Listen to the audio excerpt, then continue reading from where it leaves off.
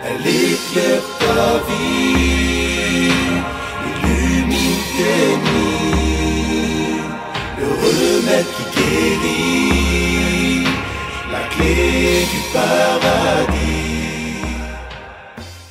Alhamdulillahi Rabbil Alamin, wassalatu wassalamu ala sayyidil mursalin, sayyidina Muhammadin wa ala alihi wa sahbihi at-tayyibin at-tahirin. Louange à Dieu, le Seigneur des mondes.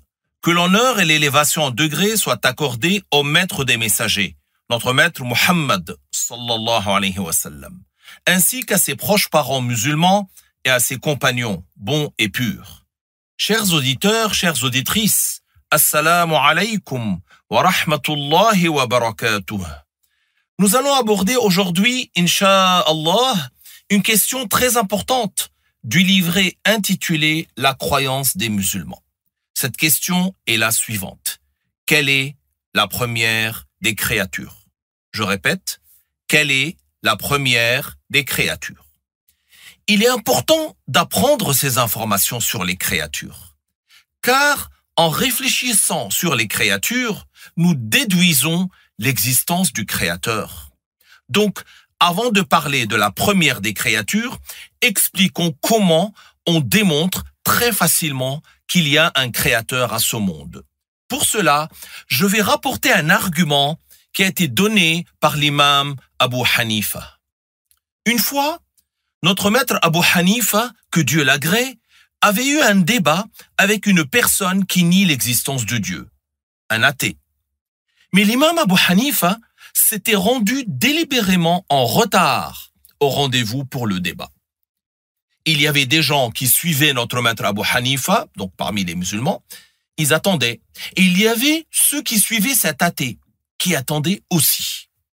Et je vous ai dit, alhamdulillah, nous, dans l'islam, nous avons les preuves et les arguments rationnels. C'est clair. Walhamdulillahi Rabbil Alamin. Donc notre maître Abu Hanifa est venu délibérément en retard à ce rendez-vous avec cet homme, qui s'est mis à dire, voilà, votre savant est en retard, et ceci et cela.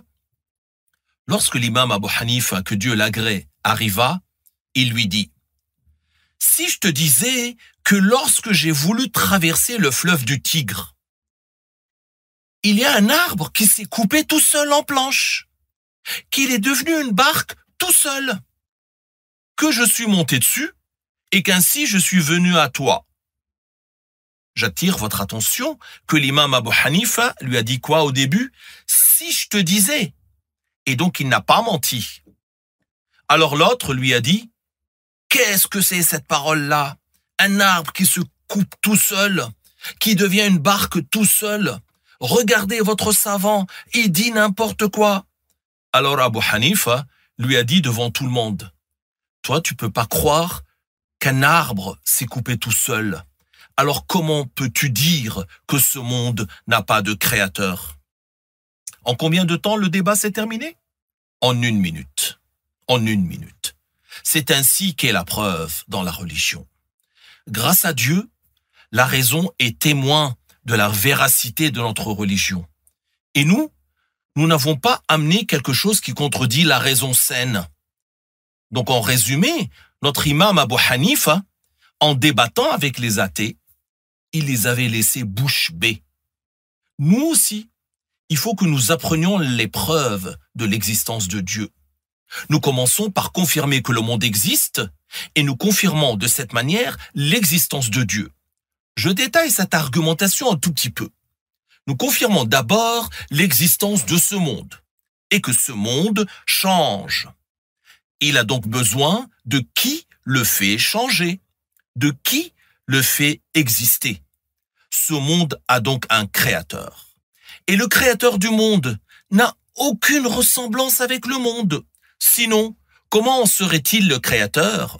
Car si le créateur avait une quelconque ressemblance avec les créatures, il lui serait possible tout ce qui est possible aux créatures, comme l'ont dit les savants. Il est donc indispensable que le créateur n'ait aucune ressemblance avec les créatures. Donc, à la question « Quelle est la première des créatures ?», La réponse est la première des créatures est l'eau. Allah Ta'ala dit وَجَعَلْنَا مِنَ الْمَاءِ كُلَّ شَيْءٍ حَيٍّ. Ce qui veut dire en français, nous avons créé à partir de l'eau toute chose vivante. Donc sachez, chers auditeurs, que Dieu a créé à partir de l'eau toute chose vivante et toute chose non vivante. Ce qui est vivant a été mentionné dans le verset en raison de son mérite par rapport aux choses inanimées. Ainsi, les êtres vivants et les objets inanimés, quelle est leur origine? C'est l'eau. L'origine première, c'est l'eau. La première chose que Dieu a créée, c'est l'eau. Puis le trône, al-arsh, puis le qalam. Ce n'est pas, comme disent certains, que le début du monde a eu lieu suite à une explosion qu'ils appellent le Big Bang. Soyez en garde contre ces théories. Ce sont des théories sans fondement. Nous ne sommes pas contre la science qui correspond à la réalité, qui possède une démonstration probante. Nous ne sommes pas contre les réalités scientifiques. Nous ne nions pas ce qui est observable. Ce que nous rejetons, ce sont les hypothèses qui sont contraires à la religion. De simples hypothèses. Ce ne sont pas des réalités scientifiques. Avant d'aller plus loin, j'aimerais expliquer qu'est-ce qu'une hypothèse. Une hypothèse est une explication plausible et provisoire, mais pas forcément validée, de faits observés. Ce sont des faits qui ont été observés. Et c'est quoi une théorie alors? Une théorie comporte un ensemble d'hypothèses. Entre autres choses, ça comporte un ensemble d'hypothèses. Donc une théorie doit être vérifiée avant d'être validée. La définition de la théorie montre clairement que le mot théorie ne signifie donc pas réalité scientifique. Donc, que disent ces gens-là à propos de la théorie du Big Bang? Ils disent qu'il y aurait eu une masse de gaz qui se serait comprimée, puis qui aurait explosé. Puis serait apparu le Soleil, la Lune, la Terre, les planètes, les étoiles. En résumé, c'est ce qu'ils appellent la théorie du Big Bang, de la grande explosion. Cette théorie, le moyen de l'invalider par la raison, c'est de dire cette masse de gaz qui se serait comprimée, puis qui aurait explosé et qui aurait donné le Soleil, la Lune, la Terre, les planètes et les étoiles. Comment cela aurait pu avoir lieu alors que la nature du Soleil est différente de la nature de la Lune, différente de la nature de la Terre, différente de la nature des étoiles? Ils prétendent cela car ils veulent parvenir au fait qu'elles auraient existé sans créateur, que c'est la nature qui les aurait créées. Vous voyez où est-ce qu'ils veulent en venir? Ils veulent renier le créateur.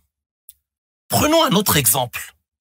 La théorie dite de Darwin, qui prétend que l'origine de l'homme serait de l'ordre du microbe. Ils appellent cela l'évolution.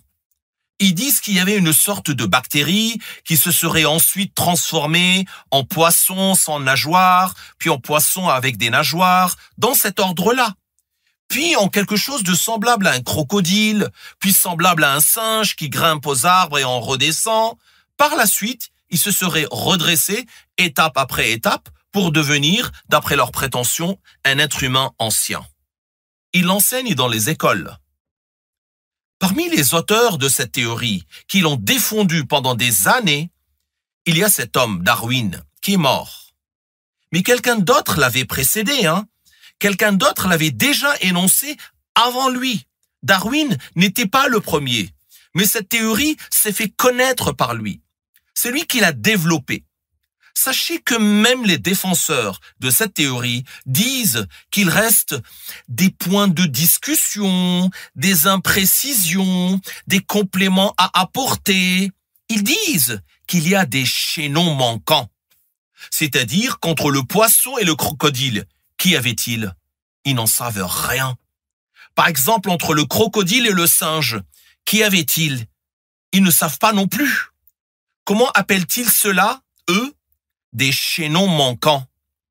Donc je répète, nous les musulmans, nous ne sommes pas contre les réalités scientifiques, mais nous rejetons les théories infondées qui contredisent ce qui est confirmé de façon catégorique.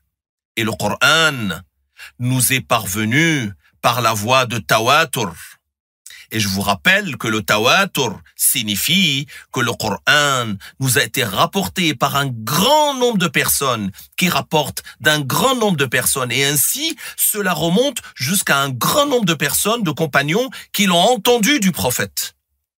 Leur nombre est grand de sorte à ce qu'il soit inconcevable qu'ils s'accordent pour mentir. Il est donc confirmé de façon catégorique que le prophète Mohammed sallallahu alayhi wa sallam a dit que le Coran est de la part de Dieu. Et le prophète Mohammed est véridique. Sa véracité est démontrée par les miracles que Dieu lui a accordés et qui nous ont été relatés par la voie du tawatur aussi. En effet, les miracles montrent que Dieu confirme la véracité du prophète à qui ils sont accordés. Donc le Coran est une vérité. Et ceci est montré de façon catégorique, c'est-à-dire sans aucun doute à ce sujet. Ce qui contredit le Coran est donc catégoriquement faux. Or nous avons eu la confirmation par la preuve qui figure dans le Coran et qui est la parole de Dieu, Azza wa Jal. وَجَعَلْنَا مِنَ الْمَاءِ كُلَّ شَيْءٍ حَيٍّ. Ce qui veut dire, nous avons créé à partir de l'eau toute chose vivante. La première des créatures est donc l'eau. Ensuite, le trône, qui est le toit du paradis. Ensuite, le qalam élevé et la table préservée. Puis, le qalam élevé a écrit par la toute-puissance de Dieu. Nous ne disons pas que Dieu a tenu le qalam, non. Dieu n'a pas de membres ni d'organes. On ne dit donc pas de Dieu qu'il touche quelque chose, ni qu'il est touché par quelque chose. Ainsi, le qalam a écrit tout ce qui aura lieu dans le bas monde. D'où avons-nous apporté ces paroles? Du hadith. Le plus véridique des véridiques d'entre les créatures de Dieu, qui est-ce? C'est le prophète Mohammed sallallahu alayhi wa sallam. Pour ce qui est de la création des cieux et de la terre, leur entrée en existence a eu lieu dans une durée de 6 jours, un jour étant égal à 1000 ans de ce que l'on compte. Les 2 premiers jours, le dimanche et le lundi, Dieu a créé les 7 terres. Le mardi et le mercredi, il a créé les 7 cieux. Le jeudi et le vendredi ont été créés les moyens de vivre sur terre, les montagnes, les vallées, les fleuves et ce qui est de cet ordre. Et dans le temps de Asr, du jour de vendredi, Dieu a créé Adam, alayhi salam. Et ce fut la dernière sorte de créature. Adam est donc le premier être humain, le premier prophète et le premier messager. Adam, sallallahu alayhi wa sallam, nous l'aimons. Au passage, ici, un petit rappel, lorsque nous entendons mentionner le nom de n'importe quel prophète, nous disons alayhi salam ou bien sallallahu alayhi wa sallam. Donc, en résumé, la première des créatures, c'est l'eau. Et ce n'est pas comme disent certains qui se réclament du soufisme mensongèrement en se basant sur un hadith qui n'a pas été authentifié que la première des créatures de Dieu, ce serait la lumière du prophète Mohammed sallallahu alayhi wa sallam. Ce prétendu hadith n'est pas authentifié du messager de Dieu. On l'appelle le hadith de Jabir. Le Hafiz as-Suyuti dit dans son livre Al-Hawi lil-Fatawa, au sujet de ce hadith, il n'a pas de chaîne de transmission sur laquelle on peut se baser. Il n'est pas une preuve, ce hadith. Et le cheikh Abdullah, notre cheikh, que Dieu lui fasse miséricorde, a dit à propos de ce hadith, il est mawdou', ça veut dire monté de toutes pièces. Et de même, avant le cheikh Abdullah, Al-Hafiz al-Ghumari avait dit que ce hadith est mawdou', ça veut dire mensonger, monté de toutes pièces. Le Hafiz Ahmed al-Ghumari, que Dieu lui fasse miséricorde, a un livre intitulé Al-Mourir ala al-Ahadith al-Mawdou'ati fil Jami' al-Saghir. C'est lui qui a dit que ce hadith est mensonger, mawdou'. Il a composé une épître, un petit livre, pour indiquer les hadiths mensongers, parmi lesquels il y a ce hadith. D'ailleurs, les expressions de ce hadith se contredisent et sont d'un style faible. Et le prophète, sallallahu alayhi wa sallam, ne tient pas un discours dont les expressions sont faibles, qui n'ont pas de sens ou qui sont contradictoires. Le prophète est le plus éloquent de parmi les créatures de Dieu, alayhi salatu wassalam. Regardez. Ils disent que dans ce hadith mensonger, ils disent que la première des créatures de Dieu aurait été la lumière de Mohammed. Puis, ils continuent. Qu'est-ce qu'ils disent? Ils disent que Dieu l'aurait créé de sa lumière avant toute chose. Ils disent que Dieu a créé la lumière de Mohammed de sa lumière avant toute chose. Qu'est-ce qu'ils visent par sa lumière? En fait, ils prétendent que la lumière du prophète Mohammed sallallahu alayhi wa sallam est la première chose que Dieu a créée. Puis, juste après, ils disent quoi? Ils disent que Dieu l'a créée à partir de sa lumière. Que veut dire leur parole? Il a créé de sa lumière. Est-ce que cela veut dire que selon leurs prétentions, il s'agit d'une lumière qui appartient à Dieu et qui aurait été créée par Dieu avant le prophète? Si c'est le cas, alors c'est une contradiction. Car ils prétendent que c'est la lumière du prophète qui est la première des créatures. Ou bien, plus grave, est-ce que selon leur prétention, cette lumière serait une partie de Dieu? Wal'iyadhu billah. Donc selon eux, Dieu serait une lumière et le prophète Mohammed serait créé à partir de Dieu? A'udhu billah. Cette croyance-là fait sortir de l'islam. Malheureusement, cette parole est écrite dans certains livres, sous prétexte que ce sont des livres sur le Maoulid. Ils disent que Dieu aurait saisi une partie de sa lumière et qu'il lui aurait dit « Sois Mohammed » et qu'elle serait devenue Mohammed. A'udhu billah, de telles paroles sont mensongères. D'ailleurs, ce qui compte n'est pas que le prophète soit créé de lumière, d'eau ou de terre. Le mérite vient par ce que Dieu accorde et non pas qu'il ait été créé à partir de telle ou telle chose. Les anges, à partir de quoi ont-ils été créés? De lumière. Les prophètes, à partir de quoi ont-ils été créés? De terre et d'eau. Qui sont les meilleurs selon le jugement de Dieu? Les prophètes. Donc ce qui compte, c'est le mérite que Dieu accorde. Dieu accorde un mérite à ceux qu'il veut, par rapport à ceux qu'il veut. Et à qui il veut, par rapport à qui il veut. Parmi les œuvres, les époques, les gens et les terres. Dieu a fait qu'une terre soit meilleure qu'une autre, qu'un être humain soit meilleur qu'un autre, qu'une œuvre soit meilleure qu'une autre. Dieu accorde le mérite à qui il veut par rapport à ce qu'il veut. Donc, qu'est-ce que nous disons à propos de la première des créatures? Que c'est l'eau. Lorsqu'il pleut, il y a une partie de cette eau qui est la première des créatures qui descend. Qui l'a fait descendre? Un ange. Jusqu'où? Il la distribue entre les nuages. Cette eau provient de cet endroit au-dessus du 7e ciel qui est sous le trône, au voisinage du paradis. Et au-dessus du paradis et de l'eau, il y a le trône.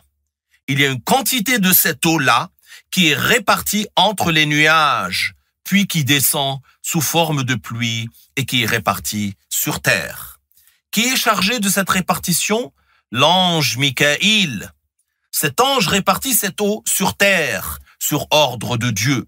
C'est-à-dire qu'il fait descendre cette eau en quantité déterminée, dont Dieu sait le nombre de gouttes. Cette eau comporte des bénédictions. C'est pour cela que lorsqu'il pleuvait, le prophète, alayhi salatu wassalam, sortait pour que la pluie l'atteigne. Parce que d'où descend cette pluie? D'un endroit béni. Vous avez bien compris cela? Même les savants disent « Rassemble de l'eau de pluie et lave-toi dans l'intention d'avoir la bonne santé. » Allah, Allah. Oui, il y a des bénédictions dans cette eau. Certes, il se peut que quelquefois, elle descende polluée. Mais cela est à cause de l'air et des choses qui descendent. Mais elle tire toujours son origine de cette eau qui est en haut. Il y a un hadith qui confirme que l'eau est la première des créatures. Kullu shay'in khuliqa min al-ma'. Donc le prophète, sallallahu alayhi wa sallam, a dit Kullu shay'in khuliqa min al-ma'. Ce qui signifie en français, toutes les choses créées ont pour origine première l'eau. Parmi les créatures, il y en a qui ont été créées à partir de l'eau directement et d'autres qui ont été créées par l'intermédiaire d'autres choses. Le trône a été créé à partir de l'eau directement. Et il y a des créatures qui ont été créées à partir d'intermédiaires entre elles et l'eau. Par exemple, nous. Nous avons été créés à partir du sperme conjugué de nos parents. C'est-à-dire que l'être humain est créé à partir du sperme des deux parents. Ce n'est pas comme prétendent certains. Ils disent que l'être humain peut naître à partir du sperme d'un père uniquement ou du mani d'une femme uniquement, sans que se joignent les deux spermes. Cela ne se produit pas, sauf pour qui Dieu a voulu que cela ait lieu de façon extraordinaire, comme pour notre maître Isa, alayhi salam, Jésus, ou pour notre père Adam, alayhi salam, ou notre mère Hawa. Mais pour le reste des gens, c'est comme le dit Allah Ta'ala, min nutfatin amshaj, ce qui signifie de gouttes de sperme mélangées, du mani de l'homme et du mani de la femme. Oui, la femme a bien un mani, nous ne nions pas le mani de la femme. D'ailleurs, certaines personnes renient l'existence du mani de la femme, et cela n'est pas correct. Le prophète avait été interrogé. Est-ce que la femme doit faire le ghusl? Il a répondu, Naam, iza ra'atil ma', ce qui signifie, oui, si elle a vu le liquide, à savoir le liquide qui est connu, qui rend obligatoire le ghusl et qui est le mani. Voilà pour aujourd'hui. Je vous retrouve demain, Inch'Allah, chers auditeurs, pour la suite de ce programme très important. Merci pour votre écoute. Barakallahu fikum. Wassalamu alaykum wa rahmatullahi wa barakatuh.